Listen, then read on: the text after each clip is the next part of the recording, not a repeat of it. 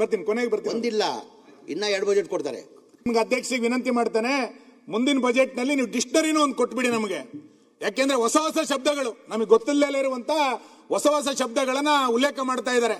ನನಗೆ ಆರಂಭದಲ್ಲಿ ಹೇಳಿದ್ದು ತೆರಿಗೆಯ ಟ್ರಸ್ಟಿ ನಾನು ಅಂತ ಒಂದ್ ಕಡೆ ಉಲ್ಲೇಖ ಮಾಡ್ತಾರೆ, ಇನ್ನೊಂದು ಕಡೆಗೆ ಟ್ರೋಟಿಂಗ್ ಎಕನಾಮಿ, ನಮಗೆ ಗೊತ್ತೇ ಇಲ್ಲ, ಕೇಳೇ ಇರಲಿಲ್ಲ ಇದು ನಾವು. ಟ್ರೋಟಿಂಗ್ ಎಕನಾಮಿ 11G ಅಂತೇಳಿ ಒಂದು ಹೊಸ ಘೋಷಣೆಯನ್ನ ಸರ್ಕಾರ ಮಾಡಿದ್ದು.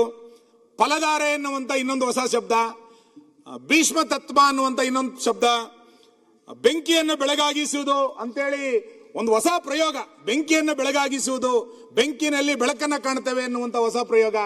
ಇವೆಲ್ಲವನ್ನು ಕೂಡ ಒಬ್ಬ ಆರ್ಥಿಕ ತಜ್ಞ, ವ್ಯಾಕರಣ ತಜ್ಞನಾಗಿ ಬಜೆಟ್ ಅನ್ನ ಇವತ್ತು ಮಾಡ್ಲಿಕ್ಕೆ ಹೊರಟಿದ್ದಾರೆ. ಹಾಗಾಗಿ ದಯಮಾಡಿ ಮುಂದಿನ ಬಜೆಟ್ ನಲ್ಲಿ ನೀವೊಂದು ಡಿಕ್ಷನರಿಯನ್ನು ಕೂಡ ಕೊಡಿ ಎನ್ನುವಂತ ವಿನಂತಿಯನ್ನು ನಾನು ಮಾಡ್ತೇನೆ ಮಾನ್ಯ ಅಧ್ಯಕ್ಷರೇ. ಈಗ ಬೇಕಾ? ಈಗ ಬೇಡ ಈಗ ನಾನು ತಿಳ್ಕೊಂಡಿದ್ದೀನಿ, ನಿಮ್ ಸಹಾಯ ತಗೊಂಡಿದ್ದೀನಿ, ನಿಮ್ ಕಚೇರಿಯ ಸಹಾಯ ತಗೊಂಡಿದ್ದೀನಿ ಮಾನ್ಯ ಅಧ್ಯಕ್ಷರೇ.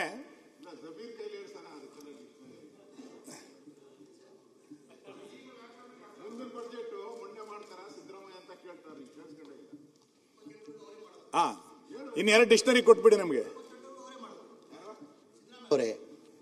ಬರ್ತೀನಿ ಕೊನೆಗೆ ಬರ್ತೀನಿ. ಒಂದಿಲ್ಲ, ಇನ್ನ 2 ಬಜೆಟ್ ಕೊಡ್ತಾರೆ. ಮಾನ್ಯ ಅಧ್ಯಕ್ಷರೇ,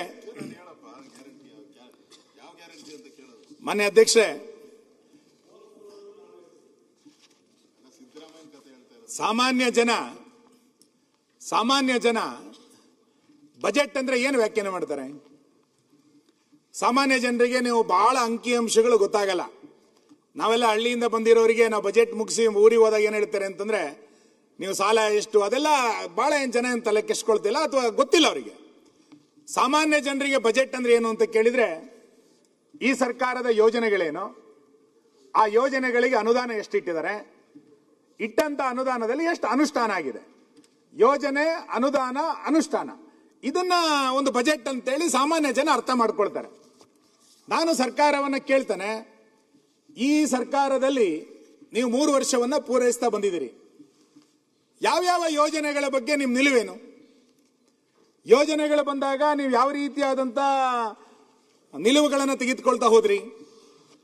ನೀವು ಮಾಡಿದಂತ ಯೋಜನೆಗಳಿಗೆ ಕೊಟ್ಟಂತ ಅನುದಾನಗಳೆಷ್ಟು, ಆ ಅನುದಾನಗಳ ಬಳಕೆ ಯಾವ ರೀತಿ ಆಗಿದೆ, ಅನುಷ್ಠಾನಗಳು ಯಾವ ರೀತಿ ಆಗಿದೆ, ಇದ್ಯಾವುದಕ್ಕೂ ಕೂಡ ಅಜಗಜಾಂತರವಾದಂತ ವ್ಯತ್ಯಾಸ ಮಾನ್ಯ ಅಧ್ಯಕ್ಷೆ. ಎಲ್ಲೂ ಕೂಡ ಒಂದಕ್ಕೊಂದು ಸಂಬಂಧ ಇಲ್ಲದಂತ ವಾತಾವರಣವನ್ನ ಈ ಸರ್ಕಾರ ಇವತ್ತು ಸೃಷ್ಟಿ ಮಾಡಿದೆ. ಮತ್ತ ಆ ಎಲ್ಲ ಯೋಜನೆಗಳನ್ನ ಉದ್ದೇಶಪೂರ್ವಕವಾಗಿ ಸರ್ಕಾರ ಯಾವ ರೀತಿ ವಿಫಲ ಮಾಡ್ತಾ ಇದೆ ಅಂತ. ನಾನು ಯೋಜನೆ ಮತ್ತು ಅನುದಾನ, ಅನುಷ್ಠಾನಕ್ಕೆ ವಿಷಯ ಬಂದಾಗ ತುಂಬಾ ವಿಷಯಗಳನ್ನು ತೆಗೆದುಕೊಳ್ಳಬಹುದು, ನಾನು ಎಲ್ಲದನ್ನು ಹೇಳಲಿಕ್ಕೆ ಹೋಗಲ್ಲ. 3 ಜ್ವಲಂತವಾದಂತಹ ಸಮಸ್ಯೆಗಳನ್ನು ಇಲ್ಲಿ ಉಲ್ಲೇಖ ಮಾಡ್ಲಿಕ್ಕೆ ಇಷ್ಟಪಡ್ತೇನೆ ಮಾನ್ಯ ಅಧ್ಯಕ್ಷರೇ. ನೀವು 14 ಬೇಡಿಕೆಗಳನ್ನ 21 ಬೇಡಿಕೆಗಳನ್ನು ಒಟ್ಟಿಗೆ ಹಾಕಿ ಅದನ್ನ ಚರ್ಚೆ ಮಾಡಿ ಅಂತಂದಾಗ ಎಲ್ಲದನ್ನು ಮಾಡ್ಲಿಕ್ಕೆ ಆಗಲ್ಲ. ನಾನು 3-4 ವಿಷಯಗಳನ್ನು ಮಾತ್ರ ಉಲ್ಲೇಖ ಮಾಡ್ತೇನೆ.